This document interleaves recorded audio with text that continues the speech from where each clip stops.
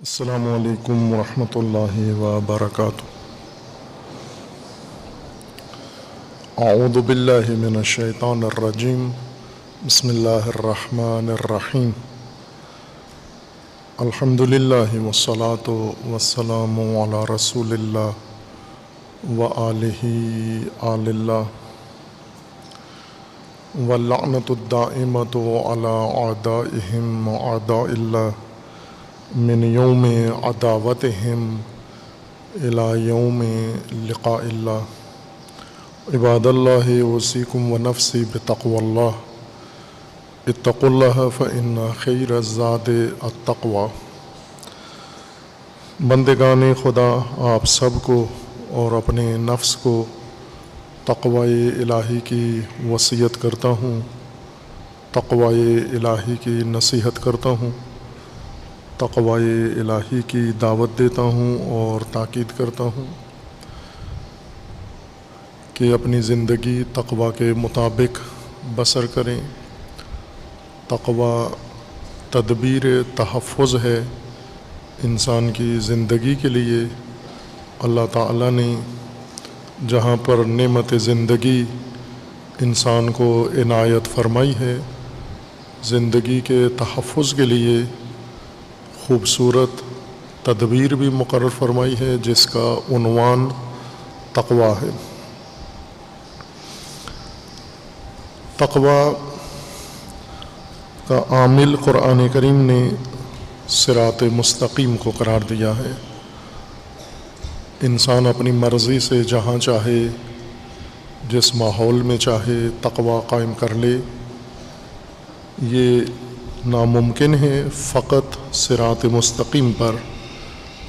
جب زندگی کی گاڑی، زندگی کی ٹرین صراط مستقیم کی پٹڑی پر چڑھتی ہے، تقوی زندگی میں آتا ہے۔ اگر صراط مستقیم پر زندگی قائم نہ ہو، استوار نہ ہو، اور صراط مستقیم پر زندگی بسر نہ ہو رہی ہو، اسے تقوی سے آراستہ نہیں کیا جا سکتا۔ یہ تدبیر اللہ نے صراط مستقیم پر مقرر فرمائی ہے۔ اس کا ایڈریس اور پتہ صراط مستقیم ہے۔ صراط مستقیم میں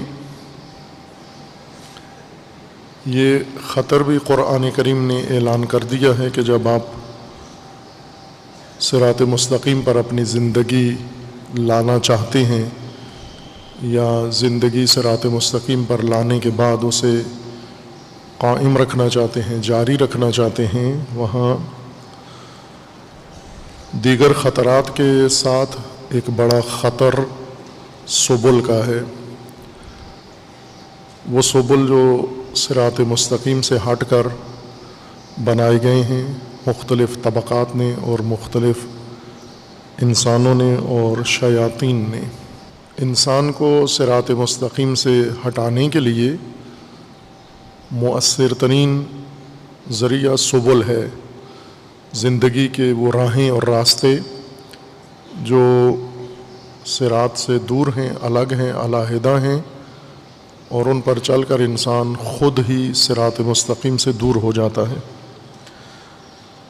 ان سبل میں متعدد سبیل ہیں، قرآن کریم نے نشاندہی کی ہے ان کی۔ ان میں ایک خطرناک راستہ سبیل الذین لا یعلمون ہے، نادانوں کا راستہ۔ زندگی کی وہ ڈگر، زندگی کا وہ منشور، تہذیب، کلچر، مسلک، فرقہ، قبیلہ، قوم، رسم رواج جو نادانوں نے بنائے ہیں۔ نادانوں نے مذہب بنایا ہے، نادانوں نے فرقہ بنایا ہے، نادانوں نے قبیلہ بنایا ہے، نادانوں نے قبیلے کا منشور بنایا ہے۔ جو کچھ نادانوں نے کیا ہے وہ سبل میں سے ہے، خطرناک، اور اس کی تباہی ہے کہ نادانوں کا بنایا ہوا راستہ انسان کو اللہ کی راہ سے یقیناً دور کر دیتا ہے۔ اور یہ وہ راستہ ہے جو آج کے مسلمان کے لیے اور گزشتہ ماضی میں بھی ایسا ہی تھا، خصوصاً موجودہ نسل مسلمین کے لیے سب سے بڑا خطرہ یہ بنا ہوا ہے نادانوں کے بنائے ہوئے راستے سیاست میں، مذہب میں، سماج میں اور باقی شعبۂ زندگی میں نادانوں نے جو کچھ قائم کیا ہے، آنے والی نسلیں ان نادانوں کی راہوں پر جا رہے ہیں، جن میں قرآن نے آبا کو بھی شامل کیا ہے، جن کا یہ کہنا ہے کہ انا وجدنا آباءنا علیہ یا حسبنا ما وجدنا علیہ آباءنا، کہ ہم اپنے آبا سے، نادان آبا سے جو کچھ ہم نے لیا ہے اس پر ہم قائم رہیں گے، اور اسے قائم رکھا ہوا ہے، اور آج بھی یہی ہے۔ جتنے نادان سابقہ گزرے ہیں ان کی قائم کردہ راہیں آج زندہ ہیں، اور وہی سب سے بڑا ذریعہ ہیں انسانوں کو راہ خدا سے دور کرنے کا۔ سبیل الذین لا یعلمون، خطرناک اس راستے کا خطر بیان کرنے کے بعد قرآن کریم نے یہ بھی رہنمائی کر دی ہے کہ نادان کون ہیں جن کی راہ کو آپ نے نہیں اپنانا، جس سے گریز کرنا ہے، بچنا ہے، اجتناب کرنا ہے۔ ان نادانوں کی قرآن نے نشاندہی کی ہے، وہ آیات بیان کی ہیں کون کون نادان ہیں۔ ان میں ایک بڑی جمعیت نادانوں کی جسے قرآن نے اکثریت کہا ہے کہ اکثریت انسانوں کی نادان ہیں، وہ جس شکل میں ہوں، جس روپ میں ہوں، اکثریت قرآن کے نزدیک نادانوں میں شمار ہوتے ہیں۔ اور آج کی انسان کی اور مسلمان کی زندگی کی ساری بنیاد ہی اکثریت پر ہے، حکومت اکثریت پر، دین اکثریت پر، مذہب اکثریت پر، سیاست اکثریت پر، ہر چیز اکثریت کی رائے سے معین ہو رہی ہے۔ وہ جنہیں قرآن نے نادان کہا ہے اور جن کے راستے سے دور رہنے کا کہا ہے، جس طرح قرآن نے فرمایا کہ لا تتبعان سبیل الذین لا یعلمون، جو نہیں جانتے، لا یعلمون ہیں، ان کے راستے کی پیروی مت کرنا۔ لا یعلمون کون ہیں؟ اکثر الناس لا یعلمون، اکثریت لا یعلمون ہیں، یعنی لا تتبعوا سبیل الذین لا یعلمون، یعنی اکثر جو سبیل اکثریت کے ذریعے سے قائم کیا جائے وہ گمراہی کا راستہ ہے، وہ اللہ کی راہ سے ہٹانے کا راستہ ہے۔ اکثریت کو جہاں اللہ کی جگہ لا کر بٹھا دیا گیا ہے، اس نظام کا نام جمہوریت ہے۔ یہ بارہا پہلے بھی اشارہ گزرا ہے اور بعض جگہ اس کی تفصیل سے وضاحت کی ہے کہ جمہوریت جو اکثریت کی بنیاد پر قائم ہونے والا نظام ہے، یہاں پر اکثریت کو اللہ کا درجہ دے دیا گیا ہے۔ اکثریت نے حاکم چننا ہے، اکثریت نے ریفرینڈم میں آئین منظور کرنا ہے، اکثریت نے ووٹوں سے ملکی و قومی نظام بنانا ہے، اکثریت کی ایما پر اور اکثریت کی بنیاد پر سب فیصلے ہونے ہیں۔ یہ اکثریت قرآن کی نگاہ سے ہم دیکھیں، قرآن اسے کیا کہتا ہے اور ہم کیا کر رہے ہیں، اور پھر ہم قرآن سروں پہ بھی رکھتے ہیں، قرآن پڑھتے بھی ہیں۔ جس قرآن کو روزانہ جھٹلاتے ہیں اسی کے ساتھ یہ منافقت بھی کرتے ہیں کہ اسے احترام بھی کرتے ہیں، اسے طاقچوں میں بھی رکھتے ہیں، اس کی تلاوت بھی کرتے ہیں، اسے حفظ بھی کرتے ہیں، اسے سروں پر بھی رکھتے ہیں، اس کی قسمیں بھی کھاتے ہیں، جو کہہ رہا ہے کہ اکثر الناس لا یعلمون، اور لا یعلمون کے راہ کے بارے میں فرمایا ہے کہ لا تتبعوا، ان کی راہوں کی پیروی نہیں کرنا جس پر ہم سختی سے کاربند ہیں۔ اکثر کس طرح سے ہیں ان کے لیے قرآن کریم نے متعدد آیات میں نشاندہی کی ہے۔ ان میں سے کچھ آیات ہم نے دیکھی تھیں، چند آیات رہ گئی ہیں جنہیں بیان کرنا ہے۔ سورہ یوسف آیا 21 میں ہے، واللہ غالب علی امرہ ولکن اکثر الناس لا یعلمون، اللہ اپنے امر پر غالب ہے، اللہ کا غلبہ ہے اپنے حکم پر، اپنی حکومت پر، اپنے کائنات پر، اپنی مخلوق پر اللہ کا غلبہ ہے، کہ یہ خود ایک علیحدہ موضوع ہے کہ ہم بحیثیت مسلمان اللہ کا غلبہ امر الہی پر اور کائنات پر تسلیم نہیں کرتے۔ ہمیں یہ تعلیم دی گئی ہے کہ غلبہ جنوں کا ہے، بھوتوں کا ہے، چڑیلوں کا ہے، دیوتاؤں اور دیویوں کا ہے، اور انسانوں کا ہے، بزرگوں کا ہے، روحانی شخصیتوں کا ہے، پیروں کا غلبہ ہے۔ ہم نے اللہ کا غلبہ نہیں مانا، اور دلیل یہ ہے کہ کس طرف رجوع کرتے ہیں آپ، کس کے غلبے کا ذہن میں تصور رکھ کر اس کے سامنے جاتے ہیں، سرخم کرتے ہیں، یہ اس کے غلبے کا اعتراف کر رہے ہوتے ہیں کہ غلبہ آپ کا ہے۔ جیسے ایک ذاکرین پڑھتے ہیں نا ایک کہانی کے، وہ کسی جگہ پر بلوچستان کے علاقے میں ایک دیو، فارسی میں جس کو دیو کہتے ہیں، ہندی اردو میں دیو تعبیر کرتے ہیں، یہ زنجیروں سے جکڑا ہوا ہے غار میں، یہ ہر 100 سال بعد سر اٹھاتا ہے اور پوچھتا ہے حکومت کس کی ہے، تو لوگ اس کو کہتے ہیں مولا علی کی ہے، تو وہ پھر ڈر سے نیچے چلا جاتا ہے، کنویں کے اندر چلا جاتا ہے، اور جس دن اسے پتہ چلا مولا علی کی حکومت نہیں ہے، وہ دنیا کو تباہ کر دے گا۔ ایسے ایک افسانہ بنایا ہوا ہے۔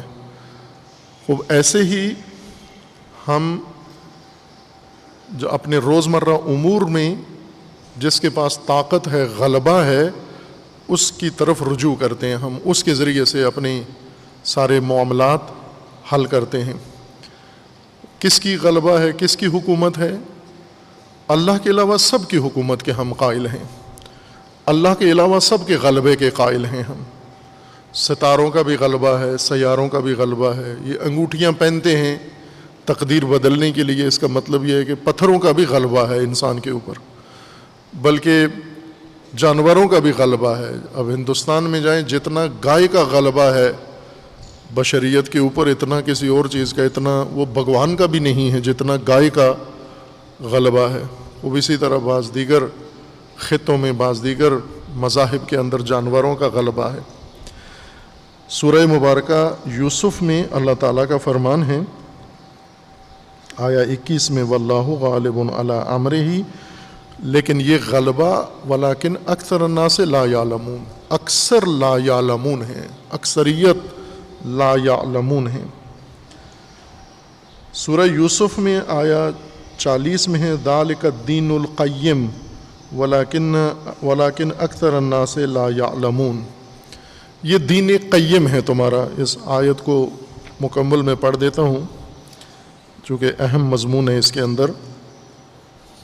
سورہ یوسف آیا 40 میں، یہ حضرت یوسف علیہ السلام کا قصہ ہے، جو اس جیل میں، زندان میں، جب عورتوں کے مکر اور خواتین کے مکر میں گرفتار ہوئے اور اس کے نتیجے میں زندان پہنچ گئے۔ زندان میں جا کر اللہ کی تدبیر کے مطابق خدا نے انہیں تعبیر خواب کا علم عطا کیا تھا، اور ان کے 2 زندان کے ساتھیوں نے خواب دیکھا تھا، اور انہوں نے حضرت یوسف سے پوچھا، انہوں نے ان کو تعبیر بتائی، یا صاحبی سجن، اے میرے زندانی دوستو، ارباب متفرقون خیر ام اللہ الواحد القہار، مختلف ارباب یہ بہتر ہیں یا ایک رب واحد قہار، معبود واحد اور حاکم واحد خیر ہے؟ کس میں خیر ہے، زیادہ ارباب ہونے میں یا ایک واحد رب ہونے میں خیر ہے؟ ما تعبدون من دونہ الا اسماء سمیتموها انتم و آباؤکم، یہ جو تم جن کی عبادت میں لگے ہوئے ہو یہ فقط نام ہیں، مسمى کوئی بھی نہیں ہے، نام ہیں تم نے خود رکھے ہوئے ہیں، اور ان ناموں کی پوجا میں یہ نام بھی کچھ تم نے اور کچھ تمہارے آبا و اجداد نے یہ نام تجویز کیے ہیں، رکھے ہیں، اور آپ ان ناموں کے پجاری ہو، ان ناموں کی عبادت کرتے ہو، بندگی کرتے ہو، ما انزل اللہ بہا من سلطان، یہ جتنی چیزوں کے غلبے کے، طاقت کے اور تاثیر کے تم قائل ہو، اللہ نے ان میں سے کسی کو بھی کوئی سلطان، کوئی طاقت پاور عطا نہیں کی ہے۔ یہ تمہارے اور تمہارے آبا کی گمراہی ہے، تم انہیں صاحب قوت و صاحب تاثیر سمجھتے ہو۔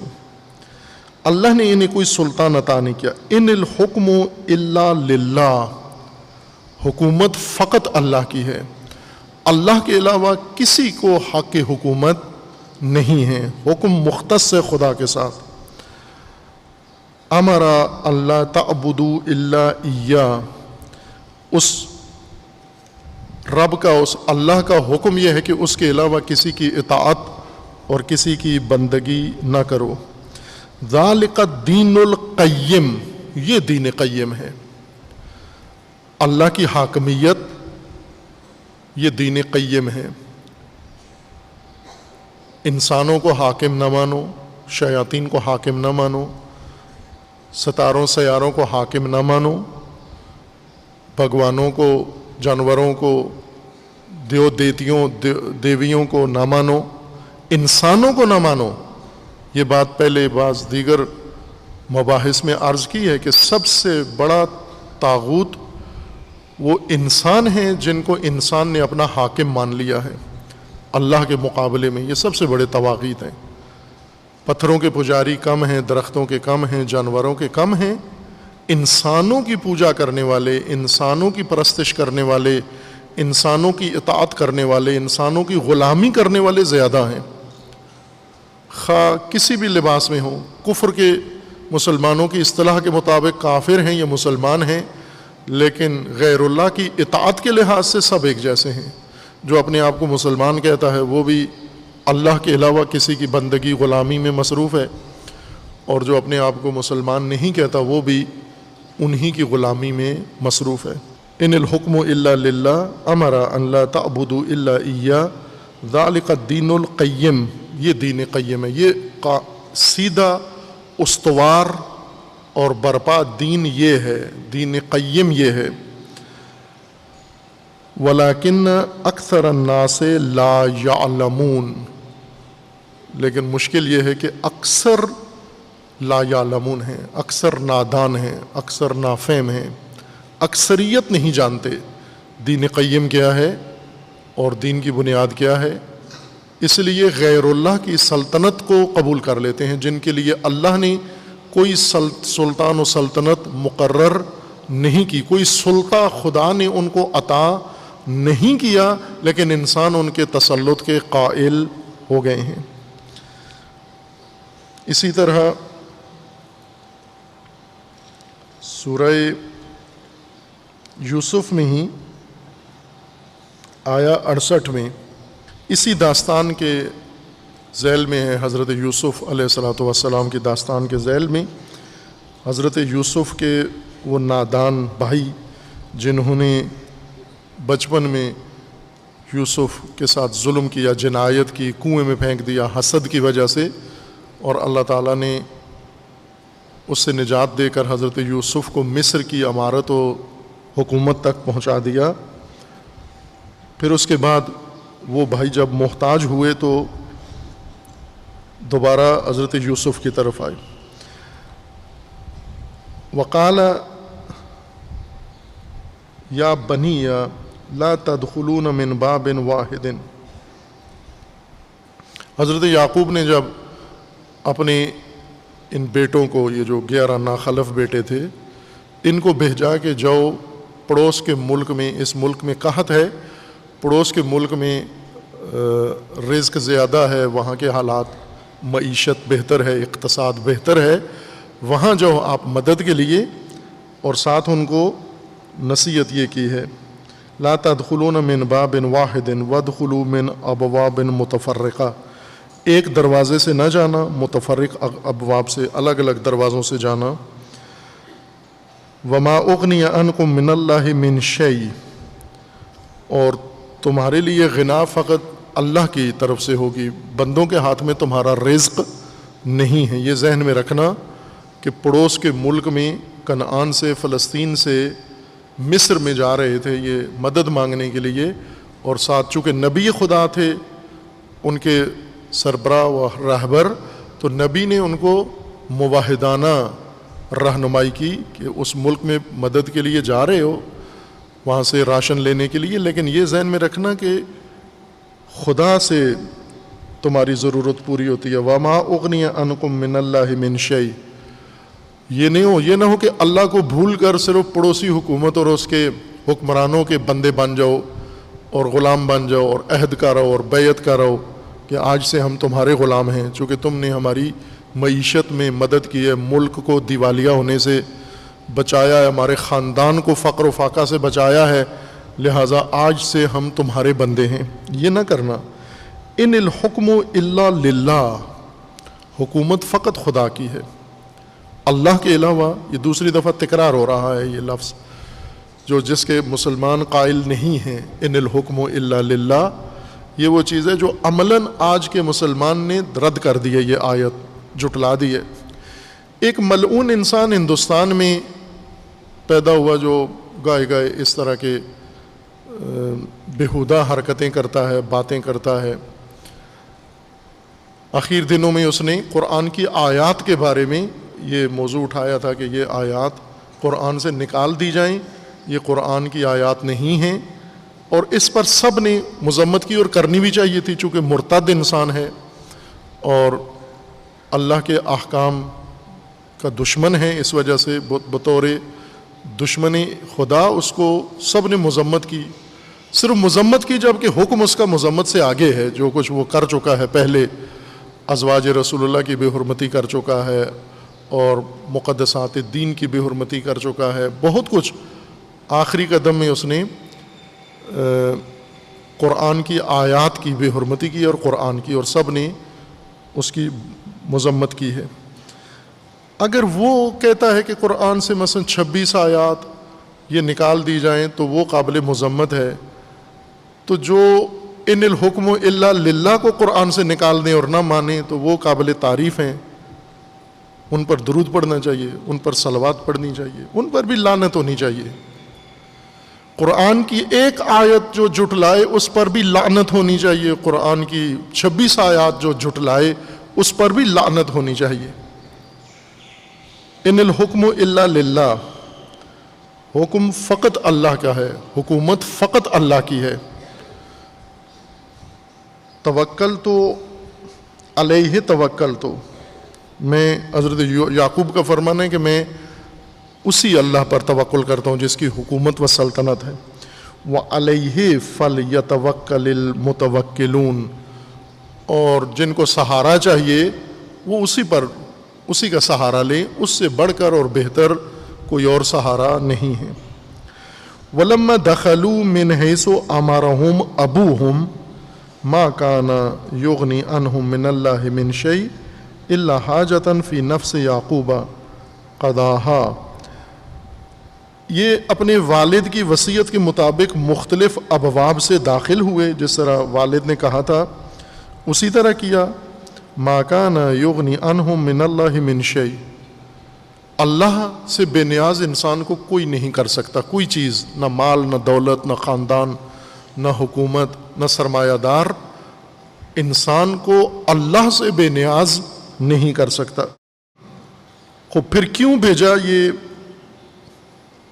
جب ایک طرف سے کہہ رہے ہیں کہ اللہ کے علاوہ خدا سے انسان کو کوئی بے نیاز نہیں کر سکتا، پھر یہ نبی اپنے بچوں کو کیوں دوسرے ملک میں، پڑوس کے ملک میں بھیج رہے ہیں تاکہ وہاں سے راشن لے کر آئیں؟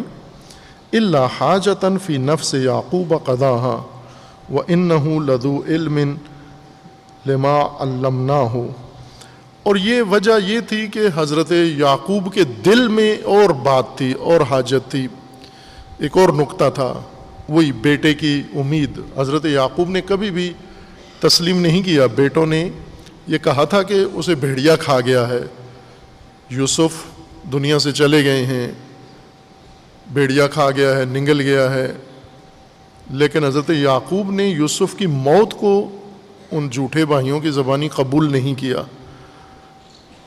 جو حالات تھے حضرت یعقوب کے وہ یہی بتاتے ہیں کہ جیسے قرآن نے بھی کہا کہ ہمیشہ ان کے دل کے اندر یہ بات تھی کہ میرا بیٹا زندہ ہے، اور دراصل اس بیٹے کی جستجو جو اندر دل میں تھی اس کے لیے یہ سب کچھ کر رہے تھے۔ وَلَكِنَّ أَكْثَرَ النَّاسِ لَا يَعْلَمُونَ، لیکن اکثر لوگ نہیں جانتے، اکثرہم لا یعلمون، اکثر نادان ہیں، اکثریت نادان ہے۔ سورہ یوسف میں آیا 103 میں رسول اللہ صلی اللہ علیہ وآلہ وسلم کو فرمان ہے وَمَا أَكْثَرَ النَّاسِ وَلَوْ حَرَصْتَ بِمُؤْمِنِينَ، آپ کا جی چاہتا ہے یہ سارے مومن بن جائیں لیکن اکثریت مومن نہیں بنیں گے، اکثریت مومن نہیں ہوں گے۔ سورہ نحل میں آیا 38 میں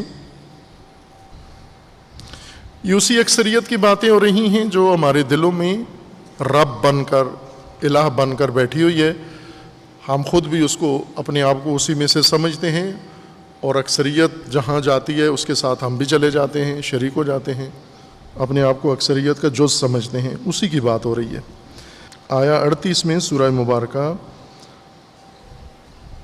نحل میں وَأَقْسَمُوا بِاللَّهِ جَهْدَ أَيْمَانِهِمْ لَا يَبْعَثُ اللَّهُ مَن يَمُوتُ بَلَى وَعْدًا عَلَيْهِ حَقًّا وَلَكِنَّ أَكْثَرَ النَّاسِ لَا يَعْلَمُونَ، قسمیں کھا کھا کے کہتے ہیں کہ انسان مرنے کے بعد دوبارہ نہیں اٹھایا جائے گا، اللہ انسان کو مرنے کے بعد دوبارہ زندہ نہیں کرے گا، یہ قسمیں کھا کھا کے کہتے ہیں۔ یہ آج کی نسل میں جو لوگ کالجوں یونیورسٹیوں میں پڑھتے ہیں، خصوصاً پرائیویٹ اداروں میں، انہیں بخوبی پتہ ہے یہ آیت کا مصداق آج پاکستان کے تعلیمی اداروں میں، کالجوں یونیورسٹیوں میں یہ آیت کریمہ کا مضمون محقق ہے کہ ان کے نام نہاد جعلی ڈگریوں والے پروفیسر اور لیکچرر جو اپنے مضمون سے لا علم، بے خبر، ریاضی پڑھا رہا ہے تو اس کو ریاضی نہیں آتی، فزکس پڑھا رہا ہے تو نقل کر کے خرید کے سند فزکس کا پروفیسر بن گیا، آئے دن ان کی جعلی ڈگریاں برملا ہو رہی ہیں اور رسوا ہو رہے ہیں، لیکن اس کے باوجود بھی تعلیمی ادارے انہی کے سپرد ہیں۔ چونکہ اپنا مضمون نہیں معلوم اس کو، اردو پڑھا رہا ہے اردو نہیں آتی اس کو، انگلش پڑھا رہا ہے انگلش نہیں آتی اس کو، لیکن ایک بات اس کو آتی ہے، وہ کیا؟ قسمیں کھا کھا کے ان خام بچوں کو، جوانوں کو، لڑکیوں لڑکوں کو یہ کہتے ہیں کہ کوئی دین نہیں ہے، قیامت نہیں ہے، دوبارہ انسان نہیں اٹھایا جائے گا۔ یہ میں آج کی بات کر رہا ہوں، پورے پاکستان میں تعلیمی اداروں میں جا کر آپ دیکھ لیں، یا جو آپ کے قریبی ساتھی پڑھتے ہیں وہاں رشتہ دار عزیز، ان سے پوچھ لیں کہ یہ باتیں روزانہ ان کے درسوں میں ان سے کی جاتی ہیں۔ قسمیں کھا کر کہتے ہیں کہ اللہ موت کے بعد کسی انسان کو نہیں اٹھائے گا، بلا وعدن علیہ حقن، لیکن اللہ کا فرمانا ہے کہ کیوں نہیں، یہ تو اٹھایا جائے گا اور یہ اللہ کا وعدہ ہے اور حق ہے۔ وَلَكِنَّ أَكْثَرَ النَّاسِ لَا يَعْلَمُونَ، اکثر نہیں جانتے۔ اور یہ جو زبانی طور پر کہتے ہیں کہ انسان مرنے کے بعد اٹھایا جائے گا، یہ بھی عملی طور پر نہیں مانتے۔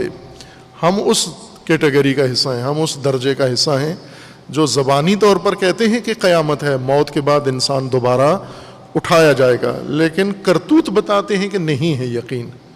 جس کو دوبارہ اٹھنے پر یقین ہے وہ تو ایسے کام نہیں کرتا،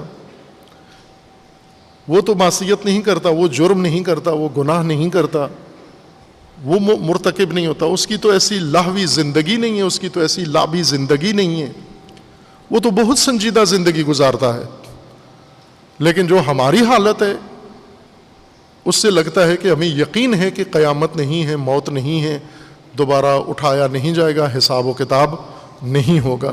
یہ ایک واقعہ بھی اساتید نقل کرتے ہیں کہ ایک مولانا تقریر کی، انہوں نے مجلس پڑھی اور مجلس پڑھ کے نیچے اترے تو ایک بزرگ مومن ان کے پاس آیا اور آ کر اس مولانا سے کہا کہ مولانا صاحب آپ کی تقریر سے یہ لگتا ہے کہ قیامت نہیں ہے، حساب و کتاب نہیں ہے، دوبارہ کسی نے نہیں اٹھنا۔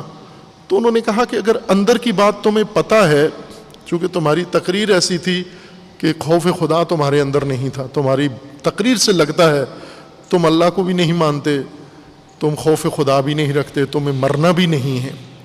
اس طرح سے جو تم نے تقریر کی ہے تو اس سے تو لگتا ہے کہ کچھ بھی نہیں ہے وہاں. تو اگر اندر کی کوئی خبر ہے تمہیں کہ واقعاً کچھ بھی نہیں ہے تو ہمیں بھی بتا دو.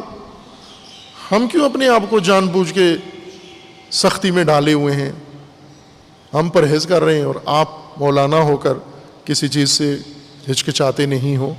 تو اگر واقعاً نہیں ہے, جیسا کہ آپ کے عمل سے, آپ کے کردار سے, آپ کی گفتار سے ظاہر ہوتا ہے کہ آپ کو موت کے بعد اٹھنے پر کوئی یقین نہیں ہے, تو پھر ہمیں بھی بتا دو. وَلَٰكِنَّ أَكْثَرَ النَّاسِ لَا يَعْلَمُونَ, اکثریت لا یعلمون ہے, اکثریت نادان ہیں, اور نادانوں کی راہ سے دوری اختیار کرنی ہے آپ نے. سورہ روم میں آیا نمبر 6 میں اللہ تعالیٰ کا فرمانا ہے وعد اللہ لا یخلف اللہ وعدہ ولکن اکثر الناس لا یعلمون. یہ اللہ کا وعدہ ہے. اس سے پہلے وہ وعدہ اللہ کا ذکر ہو رہا ہے, بنصر اللہ ینصر من یشاء وہو العزیز الرحیم. اللہ کا وعدہ ہے کہ مومنین کو اللہ نصرت دے گا اور یہ نصرت خدا سے کامیاب ہو جائیں گے. اس کے بعد ہے یہ وعدہ اللہ کا ہے, لیکن اکثر نادان اللہ کے وعدے کو نہیں جانتے. اکثریت نادان ہیں, خدا کے وعدوں پر بھروسہ نہیں ہے, یقین نہیں ہے, چونکہ اللہ کے وعدوں کے مطابق کوئی پلاننگ نہیں کرتے, اللہ کے وعدوں کے مطابق تدبیر نہیں کرتے, اللہ کے وعدوں کے مطابق کوئی منصوبہ بندی نہیں کرتے. اگر ان کے منصوبے, ان کی سوچ, ان کی زندگی اللہ کے وعدوں کے مطابق ہو تو پھر مثلا ابھی طلاب اپنے بچوں کو کیوں نہیں بھیجتے دین پڑھنے کے لیے؟ چونکہ انہیں اللہ کے وعدوں پہ ذرا برابر یقین نہیں ہے. اللہ کا وعدہ ہے کہ جو خدا کی راہ میں آتا ہے اللہ اس کو رزق خدا دیتا ہے, یعنی اس کا رزق جو اللہ کی راہ میں آتا ہے اس کا رزق انسان کا پیچھا کرتا ہے, انسان رزق کا پیچھا نہیں کرتا. رزق انسان کے پیچھے جاتا ہے جو اللہ کی راہ میں آتا ہے, اور اللہ اس کو من حیث لا یحتسب رزق عطا کرتا ہے. کتنے مومنین کو اس وعدہ خدا پہ ایمان ہے؟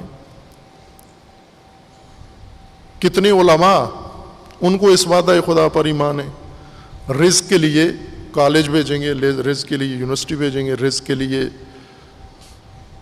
جاب کے لیے, رزق کے لیے فلاں جگہ, رزق کے لیے سارا جتن تو رزق کے لیے ہے. راہ خدا سے نسلوں کی نسلیں باہر پھینک دیں دلدل میں رزق کی لالچ میں, جبکہ رزق اللہ کا وعدہ ہے. لیکن کیوں نہیں مانتے؟ چونکہ اکثر نادان ہیں. اکثرہم ولیکن آیا 6 میں سورہ مبارکہ روم میں وعد اللہ لا یخلف اللہ وعدہ ولکن اکثر الناس لا یعلمون, اکثر نادان ولا یعلمون ہیں. سورہ سبا آیا 28 میں وما ارسلناک الا کافۃ للناس بشیرا ونذیرا ولکن اکثر الناس لا یعلمون.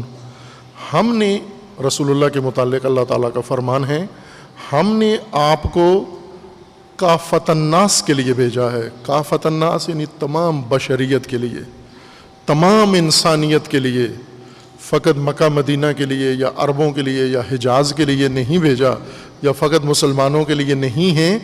کافۃ الناس, آپ تمام بشریت کے راہبر و رہنما ہیں. کیا حیثیت ہے آپ کی بشریت کے لیے؟ بشیر و نذیرہ. آپ کو تمام بشریت کا بشیر و نذیر بنایا ہے. بشیر امیدیں پیدا کرنے والا, اور نذیر خطرات سے آگاہ کرنے والا, باخبر رکھنے والا, بیدار گر, اپنی قوم کو بیدار کرنے والا, بشریت کو اٹھانے والا, آگاہ کرنے والا ہم نے بنا کر بھیجا ہے آپ کو. لیکن مشکل کیا ہے کہ ہم نے آپ کو بشیر و نذیرہ بھیجا ہے لیکن اکثر نہیں جانتے. وما ارسلناک الا کافۃ للناس بشیر و نذیرہ ولکن اکثر الناس لا یعلمون. اکثر ناس, اکثر لوگ نادان ہیں. خوب اب قرآن کتنا تکرار کرے کہ اکثریت نادان ہے تاکہ آپ مانیں؟ ابھی بھی نہیں مانتے. ابھی آپ سن بھی رہے ہیں لیکن دل سے نہیں مان رہے کہ اکثریت نادان ہے، کیونکہ کل پھر آپ نے اکثریت کا حصہ بننا ہے، اکثریت کے پیچھے چلنا ہے، اکثریت سے فیصلہ کروانا ہے، اور اللہ کی جگہ پر اکثریت کو لا کر بٹھا کر حق جتنا اللہ کا ہے وہ اکثریت کو دے دینا ہے آپ نے۔ وَلَكِنَّ أَكْثَرَ النَّاسِ لَا يَعْلَمُونَ۔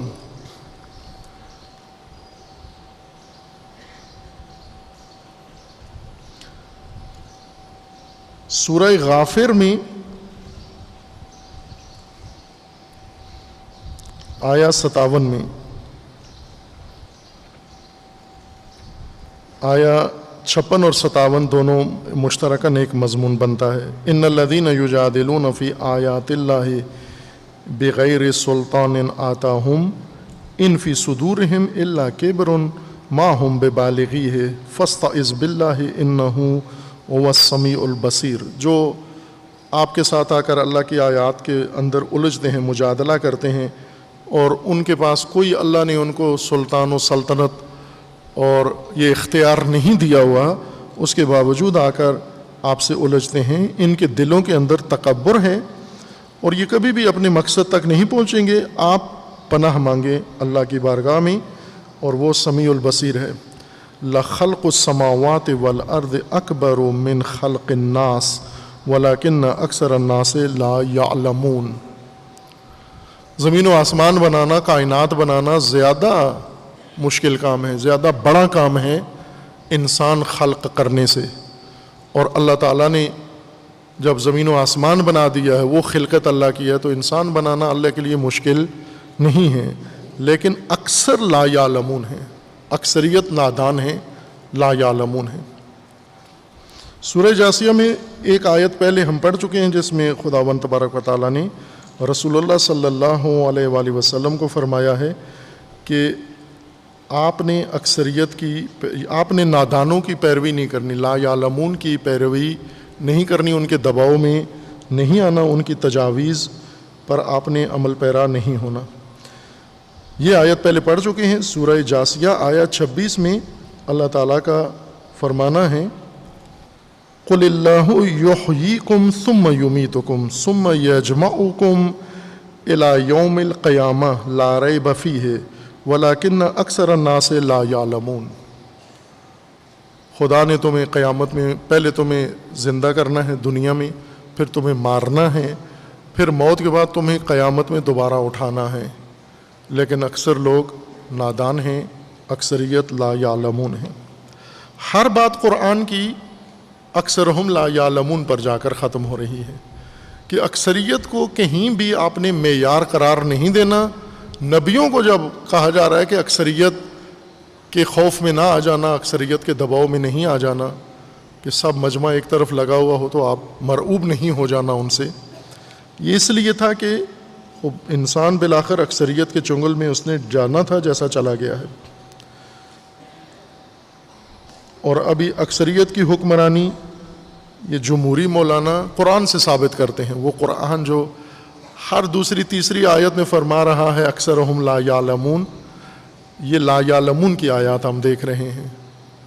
اکثر کے بارے میں آیات اکثرہم لا یشکرون، اکثرہم لا یؤمنون، لا یوقنون، یہ پورا سلسلہ ہے آیات کا۔ اکثریت کی کوئی چیز ایسی نہیں ہے جو قرآن نے چھپائی ہو، اور قرآن میں اس وضاحت کے باوجود پھر بھی قرآن کے پڑھنے والے اکثریت کو بنیاد بنائے ہوئے ہیں، اکثریت جو فیصلہ کر دے۔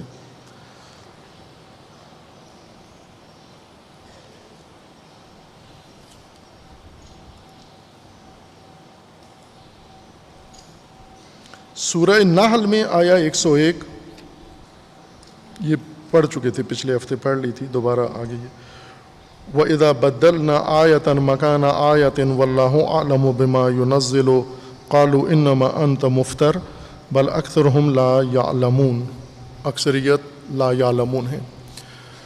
اب قرآن کی ان آیات کو ترتیب دیں آپس میں کہ تقوی، اور بھی آیات ہیں، یہ چاند ایک جو پڑھی ہیں انہی میں منحصر نہیں، اکثریت کا حکم یا لا یعلمون اکثریت کو کہا گیا ہے، اس کے علاوہ بھی فراوان آیات ہیں۔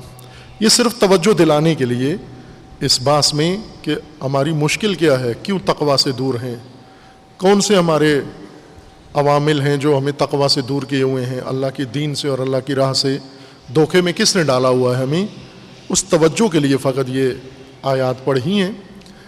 اب مطلب کو اگر ترتیب دیں قرآن کی آیات کو، قرآن کے اندر خداوند تبارک و تعالیٰ کا فرمانا ہے کہ ان ھذا صراطی مستقیم فاتبعوہ ولا تتبعوا السبل، پھر آگے ہے آخر میں لعلکم تتقون، یہ صراط مستقیم ہے، اس کی پیروی کرو، سبل کی پیروی نہ کرنا، سبل کو چھوڑو گے، صراط پر قائم رہو گے تو تقوی پر پہنچو گے تاکہ تم تقوی حاصل کر سکو، سبل سے تقوی سے دور ہو جاؤ گے۔ پھر سبل کی قرآن نے نشاندہی کی، ابھی ہم سبیل لا یعلمون مشاہدہ کر رہے تھے کہ ان سبل میں سے جو انسان کو صراط مستقیم سے دور کرتے ہیں سبیل الذین لا یعلمون ہیں، دیگر راستوں کے ساتھ ساتھ۔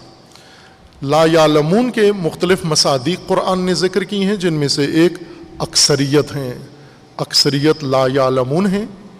اکثریت کا سبیل اگر انسان اپنا لے صراط مستقیم سے دور ہو جاتا ہے، اور صراط مستقیم سے جو دور ہوتا ہے وہ تقوی تک کبھی بھی نہیں پہنچ سکتا۔ یہ نتیجہ ہے جو قرآن کی بات سے ہم لیتے ہیں۔ ابھی بات جاری ہے، یہ ایک راستہ تھا سبیل الذین لا یعلمون اور لا یعلمون کے مصادیق، اس کے علاوہ بھی سبل ہیں کہ انشاءاللہ آنے والی بات میں ان سبل کی طرف اشارہ کریں گے۔ اللہ تعالی ہم سب کو دین الہی کو سمجھنے کی توفیق عطا فرمائے، قرآن کریم کے معارف کو سمجھنے کی توفیق عطا فرمائے، اور نظام الہی کو سمجھنے کی توفیق عطا فرمائے، اور صراط مستقیم کو سمجھ کر اس پر عمل کرنے کی اور قائم رہنے کی اللہ تعالیٰ توفیق عطا فرمائے انشاءاللہ۔ اعوذ باللہ من الشیطان الرجیم، بسم اللہ الرحمن الرحیم، انا اعطیناک الکوثر فصل لربک وانحر ان شانئک ھو الابتر۔